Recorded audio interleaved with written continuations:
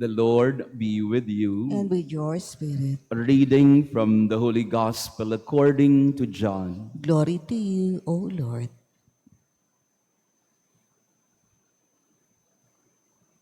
After Jesus had fed the 5,000 men, his disciples saw him walking on the sea.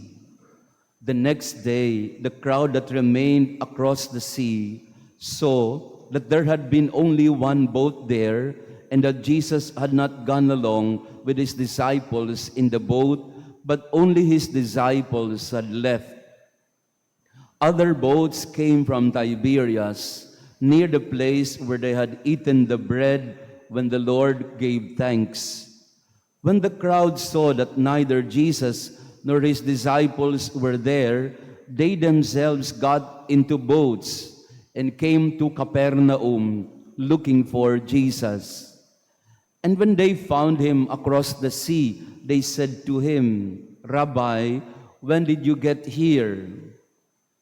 Jesus answered them and said, "Amen, amen, I say to you, you are looking for me, not because you saw signs, but because you ate the loaves and were filled. Do not work for food that perishes, but for the food that endures for eternal life, which the Son of Man will give you. For on him the Father, God, has set his seal." So they said to him, "What can we do to accomplish the works of God?" Jesus answered and said to them, "This is the work of God, that you believe in the one he sent."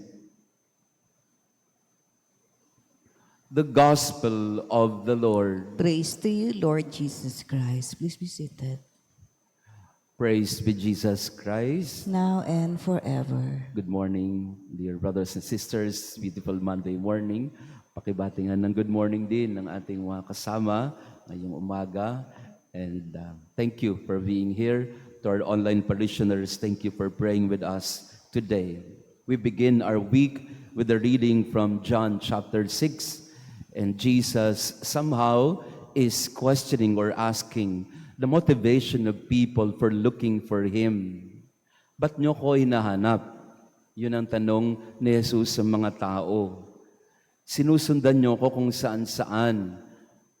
Sa ating panahon ngayon, ang tawag natin doon, anong tawag natin doon sa sunod ng sunod sa isang sikat na tao or celebrity? Well, we call them fans, but sometimes they're called what? Stalker. Sunod ng sunod. So yung phenomenon of stalking or fandom, hindi ho bago yan. Hindi ho ngayon lang yan. Panahon pa ni Jesus ay meron na silang ganon. Pero ang tanong ni Jesus sa kanila, why are you looking for me? Why do you keep on following me? Is it because you were able to eat bread? Na pagaling ko kayo? Na bigyan ko kayo ng pagkain? What? We seek Jesus for the love of God, not for the loaf of bread. We seek Jesus for a clear motivation, not for selfish reason.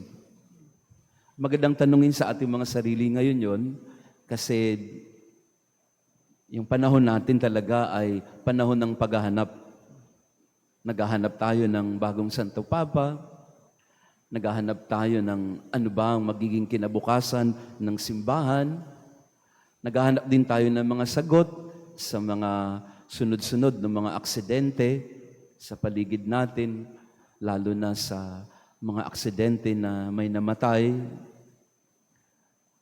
Yung kahapon, yung sa Naiya, kalunos-lunos, parang ang unang tanong mo doon, bakit mo ginawa yun? Wala namang kinalaman, naghahatid lang naman sa daddy niya, tatay niya, yung bata. Tapos maya-maya, bigla mo na lang babanggain. Parang tanong natin ay, bakit? Why do you do what you do? Why have you done? Why did you do what you have done? Ba't mo ginawa yun? At siguro hindi lang naman yung mga ibang tao ang tinatanong natin, siguro yung sarili din natin. Ba't natin ginagawa ito? Ba't natin ginagawa ang pagsisimba? Bakit din natin ginagawa ang mga bagay na ginagawa natin araw-araw? So we're talking about motivation or internal intentions na hindi makikita at makikilatis ng mga tao. What people can see is your action, your behavior, but no one has the ability to look into one's motivation. Why do we do what we do? Lately po, maraming mga running for public office, mga kandidato ang nagpapabless po sa amin. Ako, several times already, I had an experience of being approached by a politician, by a candidate, and asking for blessing, which I oblige often all the time. Kasi maganda na rin yun nang papabless sila. Binabless ko na rin sila na, sana manalo po kayo. No? At syempre, lahat ng nagpapabless, sabi ko, manalo kayo. No? Kahit sila yung magkakalaban, sana manalo kayo. Pero sa loob-loob ko lang ay tinatanong ko rin, ba't kaya siya nagpapabless? Naniniwala kaya talaga siya na pag humingi siya ng blessing sa pare ay yung blessing na yon ay makakatulong sa kanya para mas maging tapat na lingkod o lumalapit siya kay Father para magpa-bless para manalo. At pagkatapos manalo ay nakakalimutan na yung blessing na yon na binigay ng Panginoon sa kanya. What? Why? Why do you do what you do? We seek the Lord. But for what reason? What intention?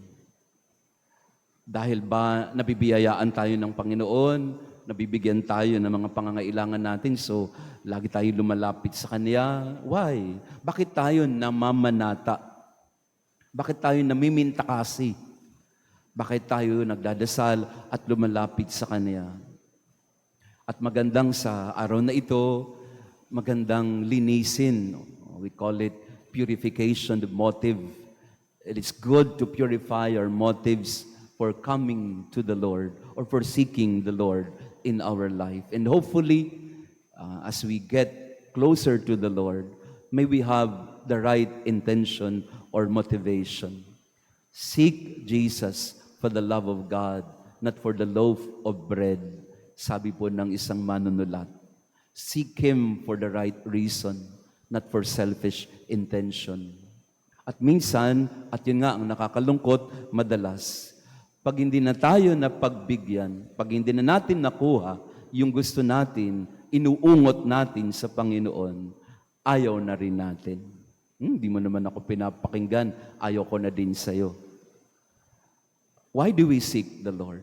Is it for our love of Him or is it for our selfish gain? So what is it? Why do you do what you do? Before the Lord, we scrutinize ourselves.